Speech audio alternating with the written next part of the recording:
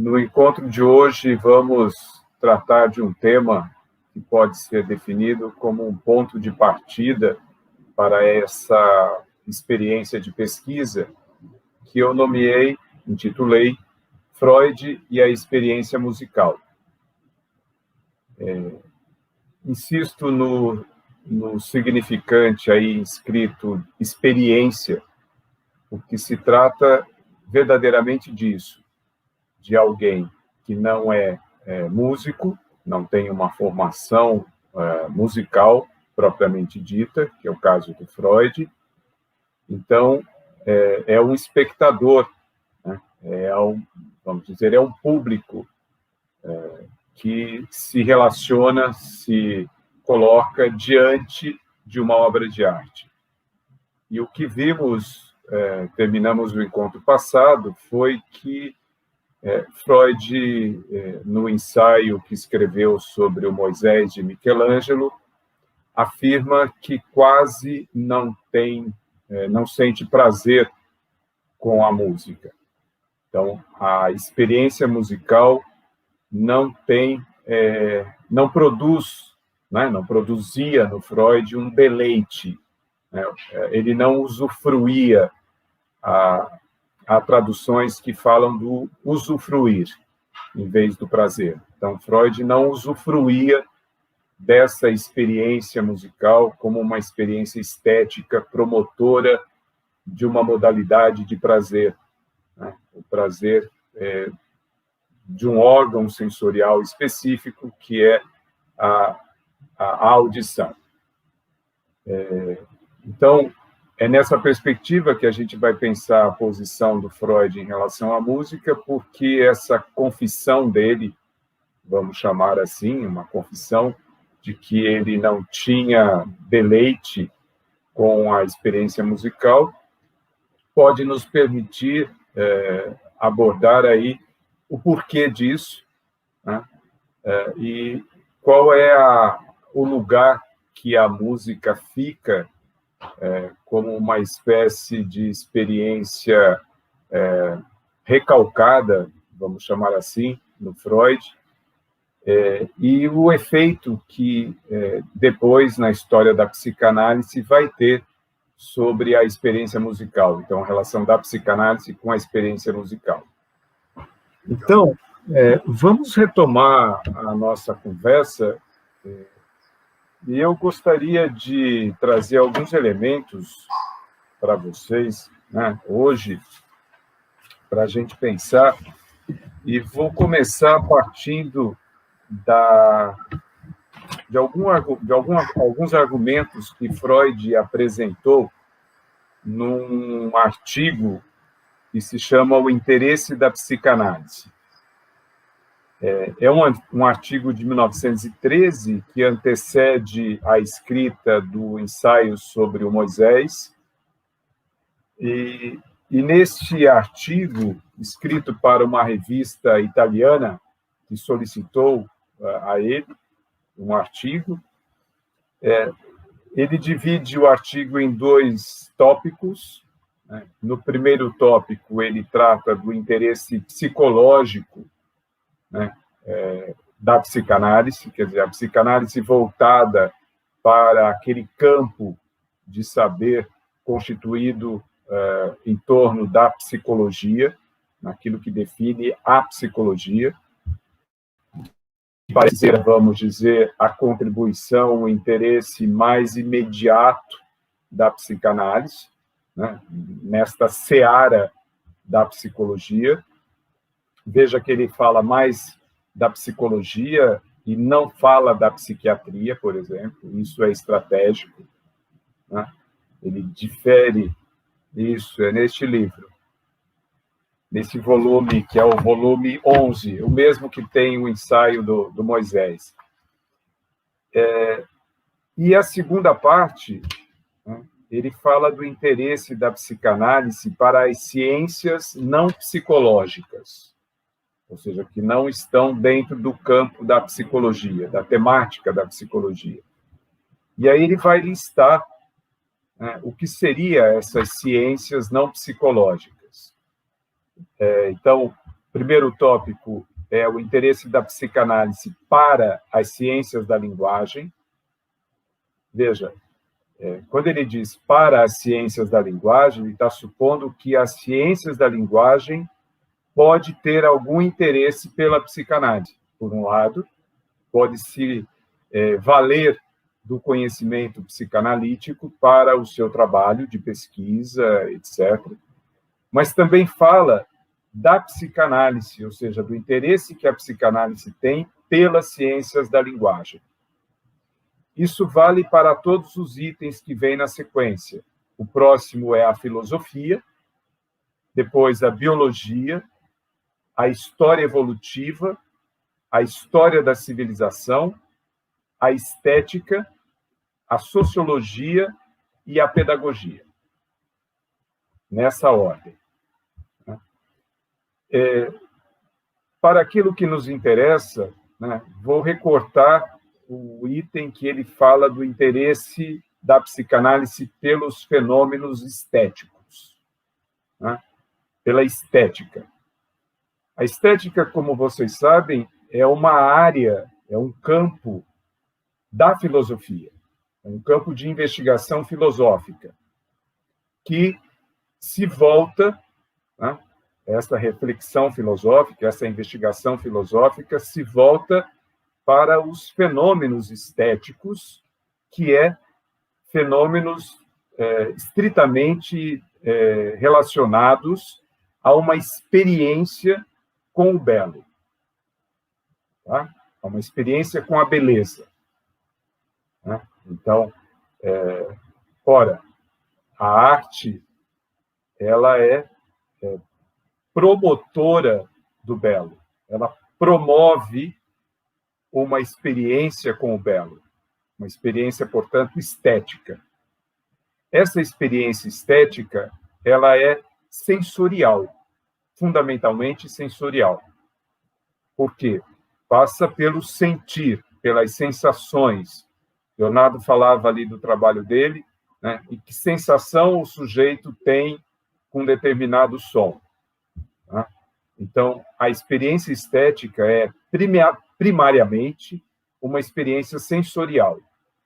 Só depois, uma experiência, vamos chamar, intelectiva, racional, representativa, que é o momento, essa segunda parte, é o momento que nós vamos ter aí os ensaios estéticos, isto é, os ensaios dos chamados críticos de arte, a crítica de arte, que é alguém que se põe a falar, né, a escrever sobre uma determinada manifestação artística. Então, a gente vê, ao longo da história,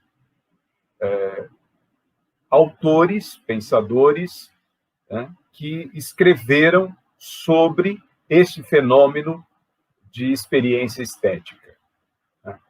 Por exemplo, me ocorre aqui, quando o Aristóteles, na arte poética e arte retórica, vai falar da tragédia, né, do teatro, da experiência estética do teatro grego, né, ele vai construir uma teoria estética que explique, né, que dê inteligibilidade para aquilo que ocorre com o espectador quando está diante de uma experiência estética, isto é, quando ele está assistindo, participando de uma encenação teatral, que é as tragédias. Como vocês sabem, as tragédias primeiramente, uma encenação teatral.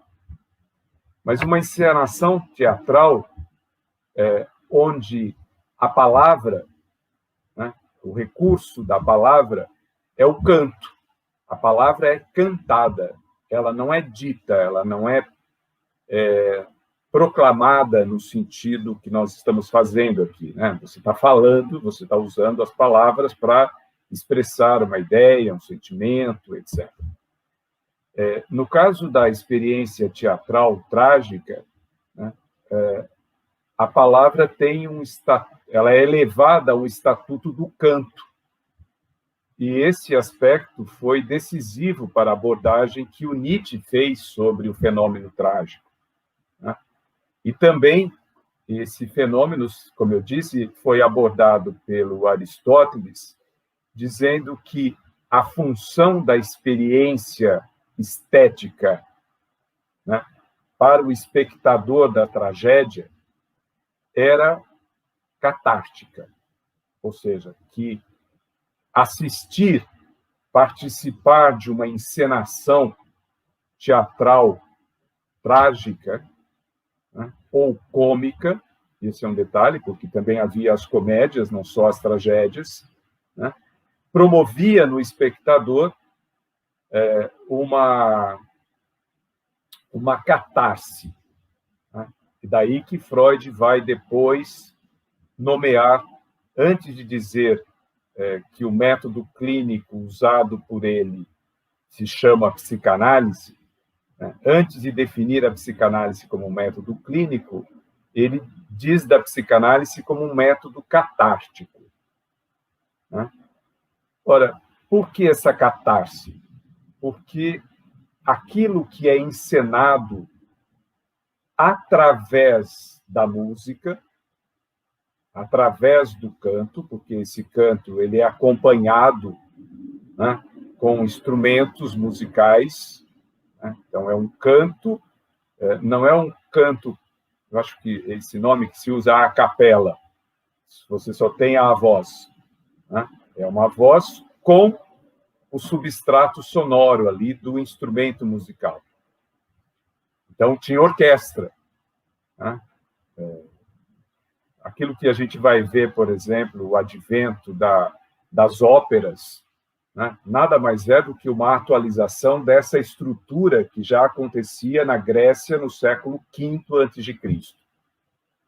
Esse é um dado histórico muito importante. Bom, mas eu gostaria de ressaltar aqui, né, como eu disse, esse fenômeno estético como uma tentativa, né, de dar a ele uma certa inteligibilidade, de representá-lo, de explicá-lo, de compreendê-lo. Por que a arte tem a capacidade, tem essa potência de produzir no espectador, né, aquele que se relaciona com a obra, né, sensações, olha o termo, sensações de deleite, né? Essa palavra é o alemão ali, o radical alemão que é usado, que é o Gess, G-E-S-S, né? Esse Gess aí diz de uma experiência de prazer, de usufruir, uma experiência de deleite, né? Uma experiência agradável, aprazível, talvez seja a melhor tradução. Então, o fenômeno estético é uma experiência aprazível. Sabe que nem vou aqui entrar no conceito de beleza, tá bem? Porque aí já nos levaria para um outro campo. E, neste aspecto, eu indico a vocês duas obras maravilhosas do Umberto Eco, que se chama História da Beleza, né? E o outro, História da Feiura. Veja, há também uma experiência estética com o feio, com o disforme, né? Com aquilo que vamos pensar aqui imediatamente numa tela de Van Gogh. Você pega uma tela de Van Gogh com aquilo que se produzia, né, como arte romântica, por exemplo, de David, né, que era um grande pintor romântico francês, né, que pintou, por exemplo, a Coroação de Napoleão, que é uma tela, marquem aí para vocês procurarem depois, para conhecerem. Então, você põe em contraste a tela, por exemplo, a Coroação de Napoleão do David, com sei lá, o campo de trigo do Van Gogh, né? O espectador daquele momento, daquele tempo histórico, diante dessas duas obras, vai dizer: nossa, isso aqui é belo, para o Davi. Vai olhar para a tela do Van Gogh e vai dizer: isso aqui é horrível, isso aqui é feio. Essa tinta pastosa, cremosa, né? Que usa espatolada, sobreposta, não tem, é asperoso. As telas do Van Gogh, vocês já devem ter visto uma ao vivo, né? No Museu do MASP temos, para quem nunca teve essa experiência de ter diante de uma tela ao vivo do Van Gogh, é uma coisa que produz, hoje não, evidentemente, ainda produz, na verdade, mas fique pensando no espectador do tempo dele, né? Então, por isso que ele era rejeitado, as telas dele não vendiam, né? Enfim, o que ele produzia não tinha valor estético, porque era feio, dentro daquilo que se considerava o ideal de beleza na época, tá? Então, estou dando esse exemplo para dizer que se a experiência estética é promotora de uma certa relação com o belo, né, pode-se pensar também que é promotora de uma certa relação com o feio, tá? Para ficar nesse contraponto. Uma música dissonante, uma composição dissonante, por exemplo, né, que sensação produz no leitor, no ouvinte, né? Diferente de uma música que tem uma estrutura harmônica, por exemplo. Tá? Enfim. No heavy metal, por exemplo, isso a estética do feio é muito comum. Ah, está aí, ó, a tela do Davi. Coroação de Napoleão. Veja o realismo dessa tela, né? Os personagens, tem uma cena aí, né, que é quase que um retrato de uma situação histórica, de algo que aconteceu.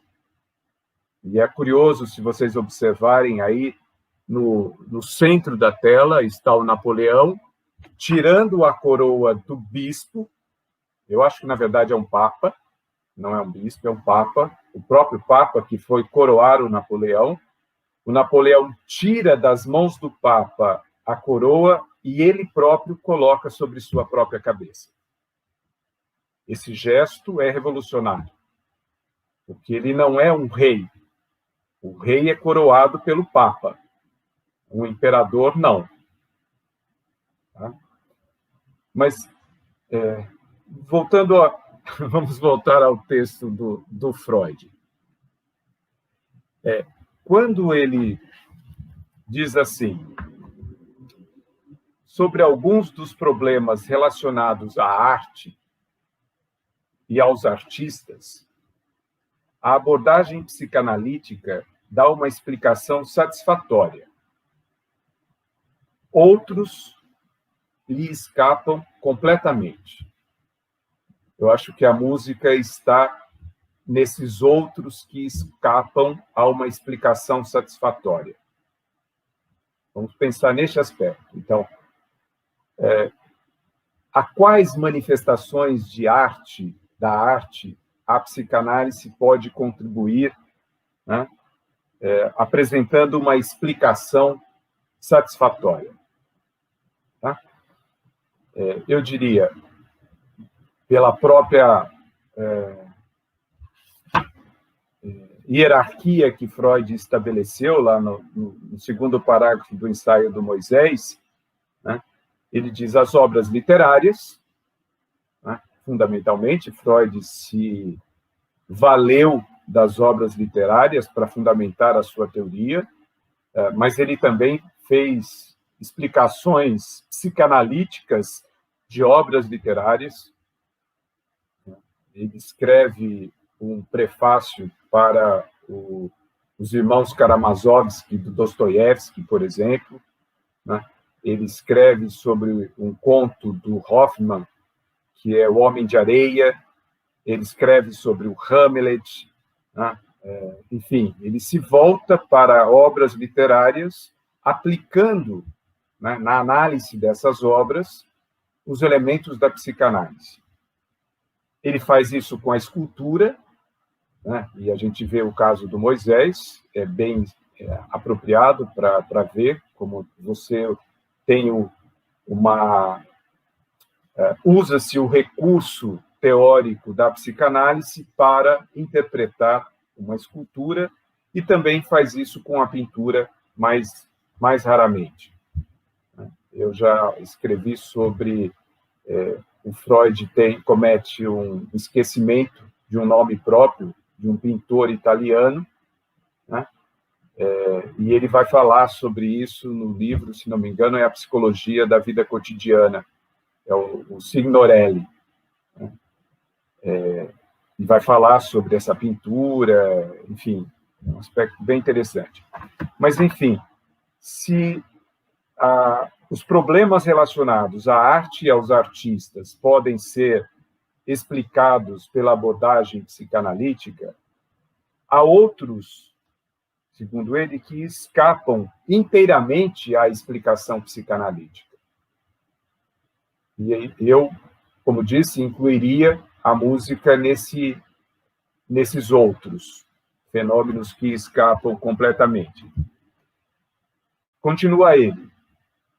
A psicanálise vê no exercício da arte uma atividade que objetiva a mitigação de desejos não realizados. Inicialmente no próprio artista, criador, e depois no ouvinte ou espectador. Olha que ele introduz o ouvinte. Ora, que experiência estética que envolve o ouvinte? Até onde eu sei, a música. A palavra também, teatro, por exemplo. Mas, ao colocar o ouvinte e o espectador, né, ele já separa duas categorias aqui de experiências distintas. O espectador tem a ver com aquilo que é do campo do visível, concorda? E o ouvinte, aquilo que é do campo do audível. Esse é um outro conceito importante. A música é uma experiência que tem a ver com fenômenos audíveis, né? Aquilo que diz respeito à audição.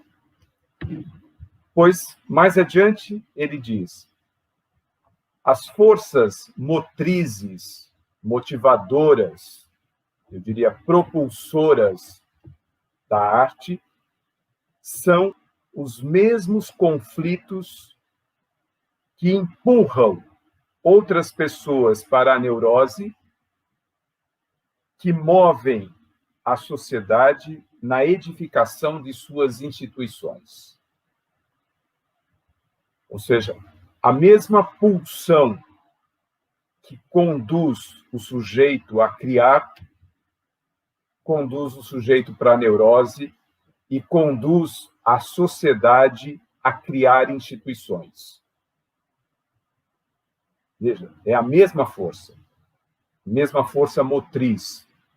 Ela pode ir para a arte, tá? Ela pode tomar o caminho da arte, ela pode tomar o caminho da neurose, ela pode tomar o caminho de uma certa relação civilizatória, vamos dizer, naquilo que se chama instituições. Família, religião, Estado, né? Escola, são instituições. Então, de onde o artista obtém a capacidade de criar não é uma questão da psicologia. Isto é, a psicologia não pergunta qual é a gênese da criação. De onde, veja, o onde aí é importante, né? Que lugar? De que lugar o artista obtém a potência de criar? Ora, se não é uma questão para a psicologia, ele diz, por quê? Porque a psicologia busca, primeiramente, a autoliberação e a transmite, ao comunicar sua obra, àqueles que sofrem dos mesmos desejos contidos. Desculpe, não é a psicologia, é a arte. O artista busca, primeiramente, a autoliberação e a transmite, ao comunicar sua obra, àqueles que sofrem dos mesmos desejos contidos. Ele falou antes dos desejos não realizados. Eu diria, os desejos recalcados. Ora, a gênese da criação está em desejos recalcados. Esse é o primeiro ponto da psicanálise e isso é importante. É certo que ele, o artista, apresenta como realizadas suas mais pessoais fantasias envolvendo o desejo. Mas essas, as fantasias, se tornam obras de arte apenas mediante uma transformação que atenue o que houver de chocante nesses desejos, que esconda a sua origem pessoal e ofereça aos outros, com a observância das regras da beleza, sedutoras prendas de prazer. Olha que termo. Sedutoras prendas de prazer. O artista esconde esse desejo recalcado que é promotor da obra, mas isso que ele esconde, ao apresentar a obra, o espectador vai encontrar nela aquilo que está escondido. Márcio, um parênteses, tem uma fala interessante, eu não lembro como é exatamente, talvez vocês se lembrem, que é o ator, ou o poeta, ou o artista, não sei, esconde a dor que devera sentes, não tem uma frase que é assim, não sei se vocês se lembram? Fernando Pessoa. Que é como, ao fazer a arte, ele está escondendo. Como que é a frase mesmo? Você se lembra para ilustrar? O poeta é um fingidor, finge tão completamente a dor que sente, né? É isso? E que justamente essa dor fingida promove no outro um efeito de verdade. Eu acho que tem um paralelo aí com essas palavras do Freud. Então, essas prendas de prazer que o artista oferece, né? Ele diz, a psicanálise não tem dificuldade em evidenciar, junto ao componente manifesto. Boa, já achou a frase aí. Então, ela não tem dificuldade em evidenciar, junto ao componente manifesto da fruição artística, um outro, latente e bem mais eficaz, oriundo das fontes ocultas da liberação pulsional. Ora, o nexo entre as impressões da infância e as vicissitudes da vida do artista, por um lado, e suas obras como reações a esses estímulos, por outro, está entre os mais atraentes objetos da indagação analítica. Olha, o que interessa à psicanálise?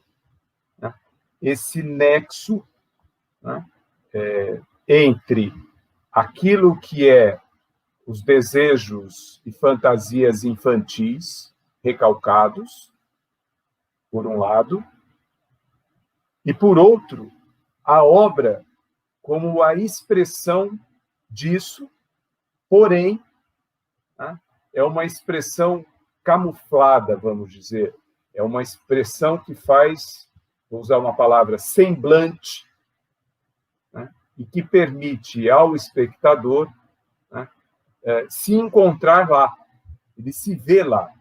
A obra tem uma função especular nesse sentido, a obra de arte, porque o espectador vai encontrar na obra algo que lhe diz respeito.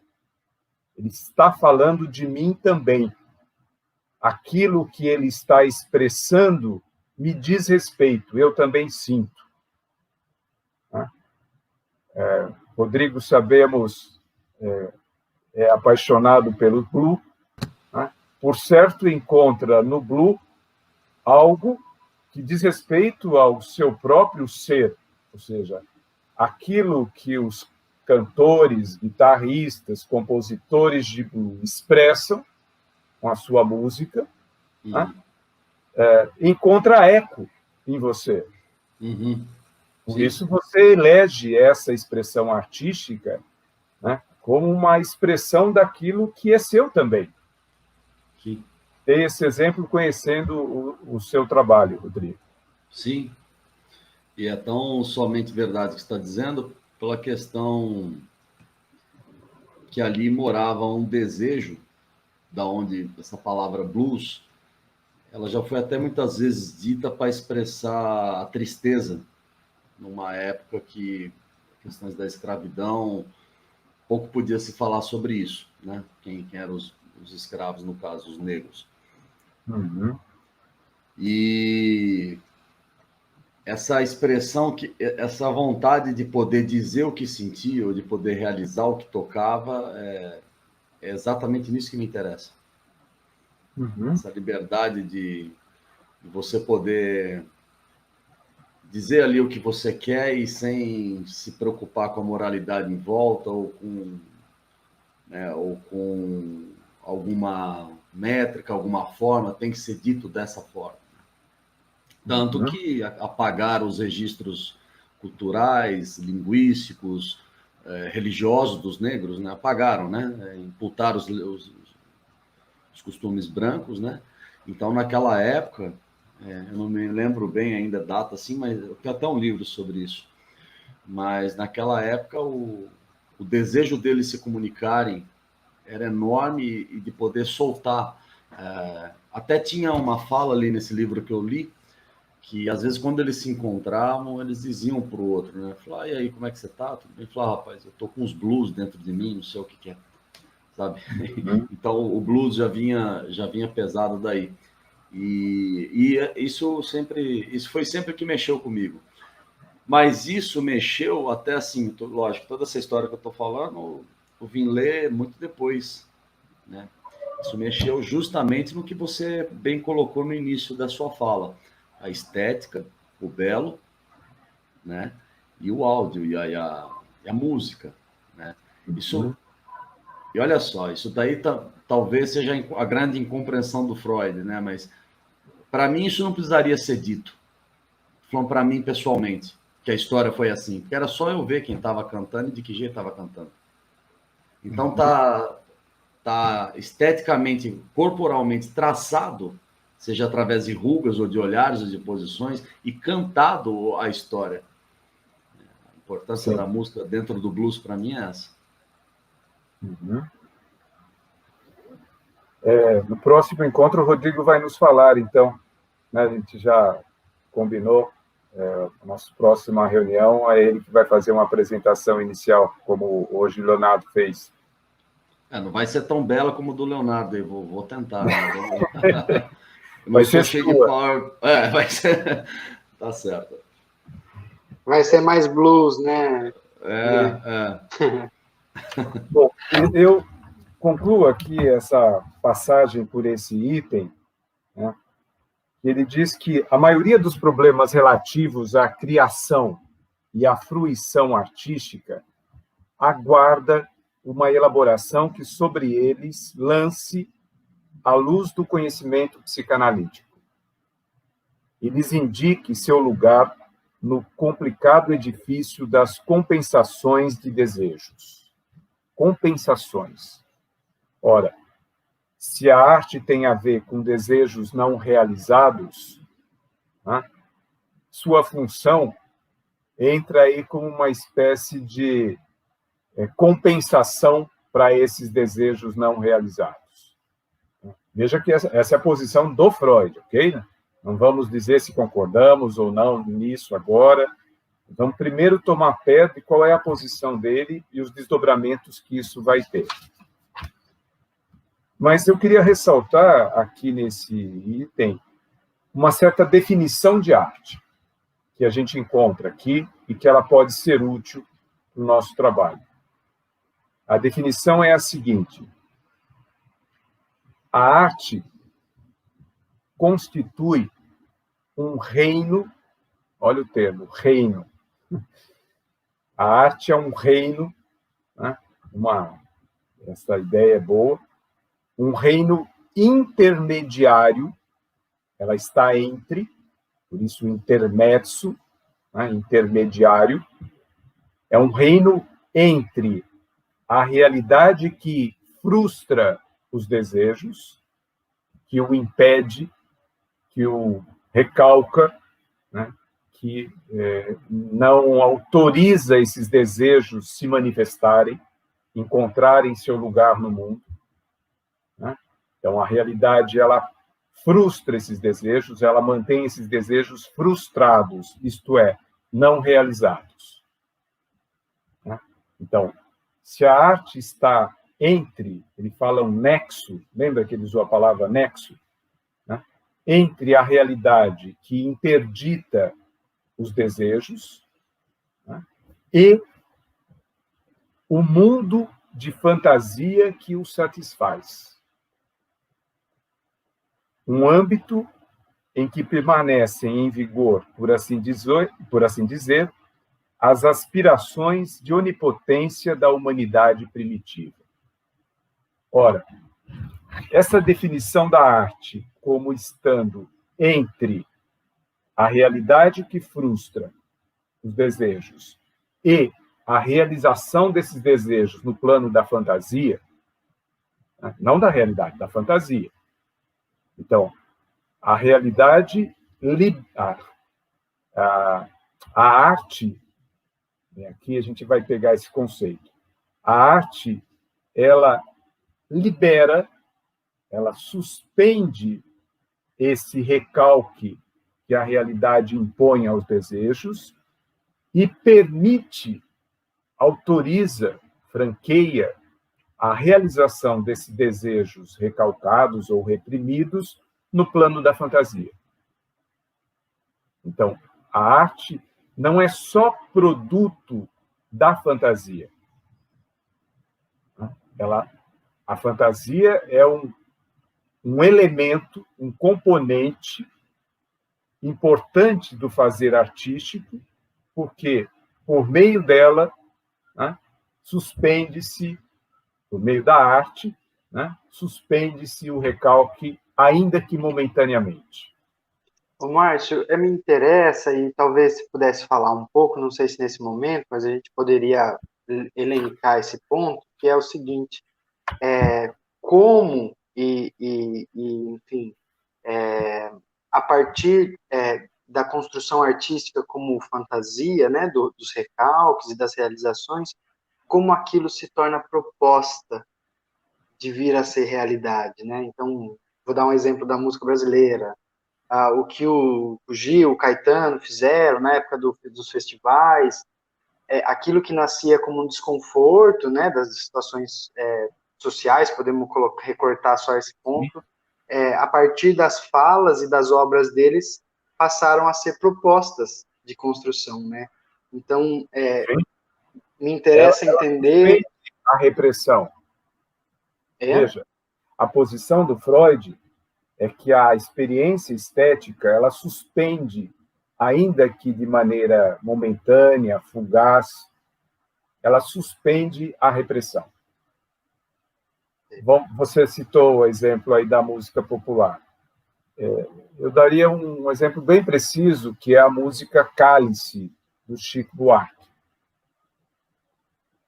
Se você pega a composição da música Cálice, você vai ver que o cálice ali é um significante que aparentemente diz respeito a um objeto, o cálice, né?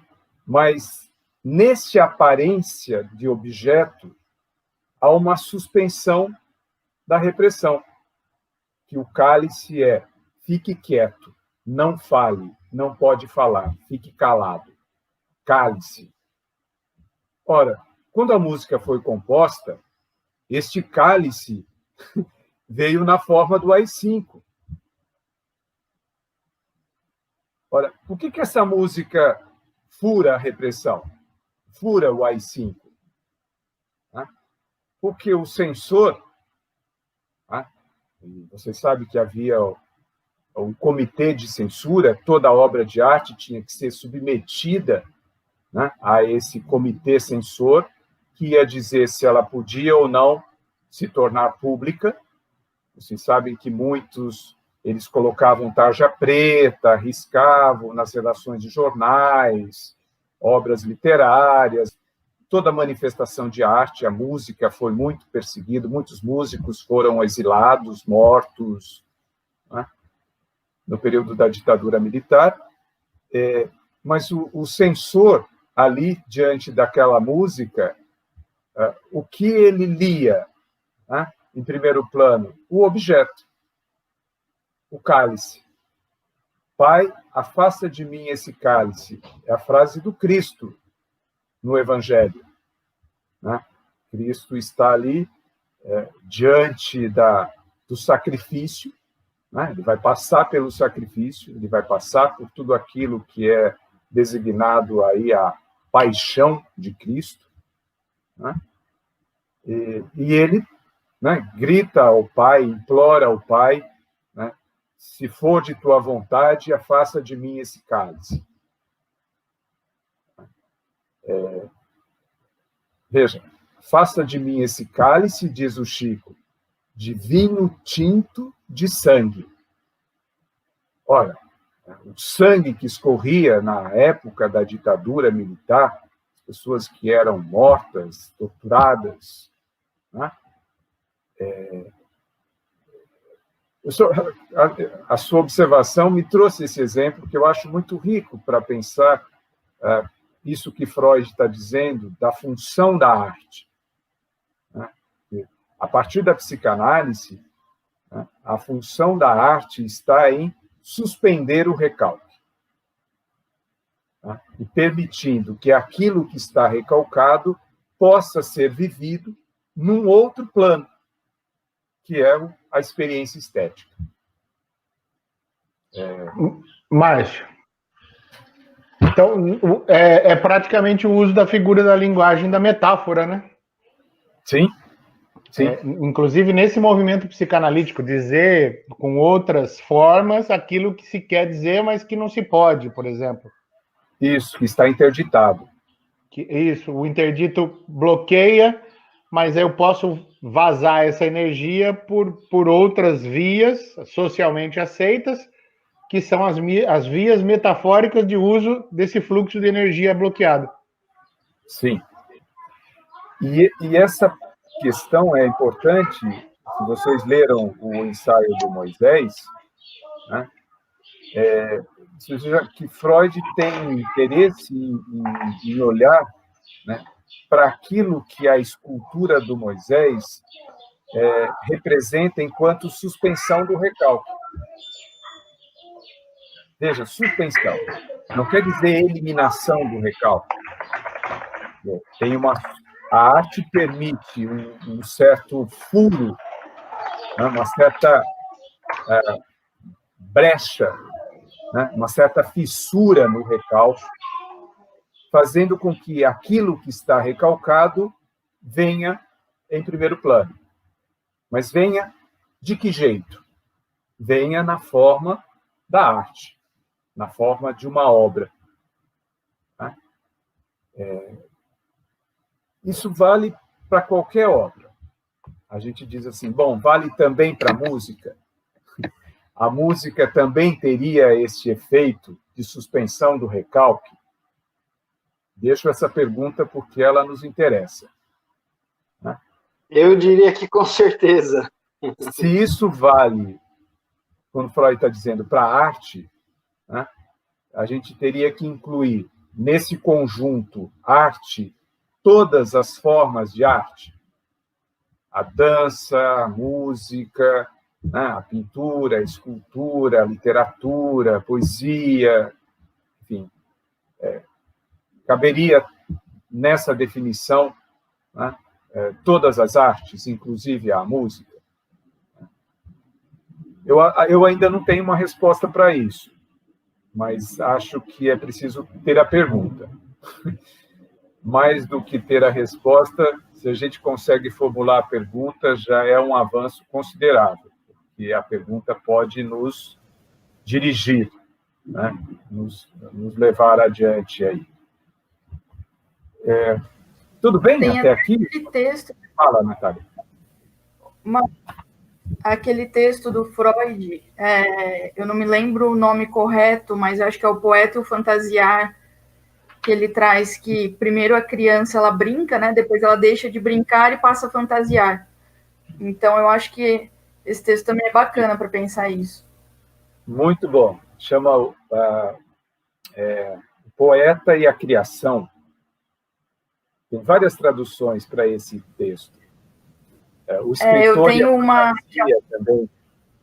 Eu acho que o Paulo César, da Companhia das Letras, traduz como o escritor e a fantasia. Então, eu tenho um escrito sobre literatura, que reúne vários textos do Freud sobre literatura, que traz o poeta e o fantasiar. Uhum. Então, a pergunta é a mesma. Se isso que se aplica ao escritor se aplica também ao compositor. Talvez eu já tinha, esse texto estava no meu cenário, Natália, assim, estava na minha mira. Aquilo que Freud diz do escritor vale também para o compositor? Isso pode ser um ponto para a gente conversar, talvez, no próximo encontro. E aí já fica a indicação desse texto, tá? Que é o escritor e a fantasia. Bom, só para a gente concluindo, assim, eu vou retomar... Márcio, só de referência, o Escritor e a Fantasia está no livro de 1906 a 1909, volume 8. Volume 8. Então, quando eu destaquei no final do encontro passado, e hoje vamos fechar de novo com esse ponto, que o Freud afirma que quase não consigo ter prazer com a música, né?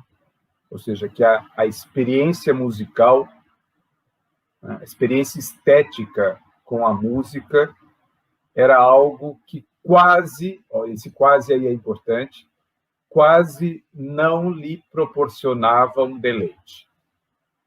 Ele não era capaz de usufruir do prazer estético que a música oferece. E aí ele vai justificar essa incapacidade, quando ele diz, eu sou incapaz, né? Eu não sou capaz, né? Não consigo ter prazer com a música. Ora, e como é que ele justifica essa incapacidade? Eu disse aqui em casa hoje, na hora do almoço, que o Freud não tinha prazer com a música.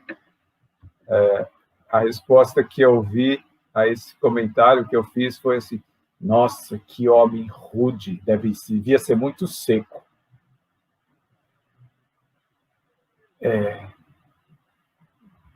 Veja,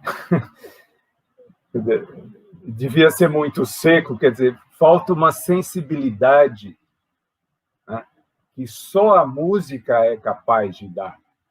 é um tipo de sensibilidade, né, que é específica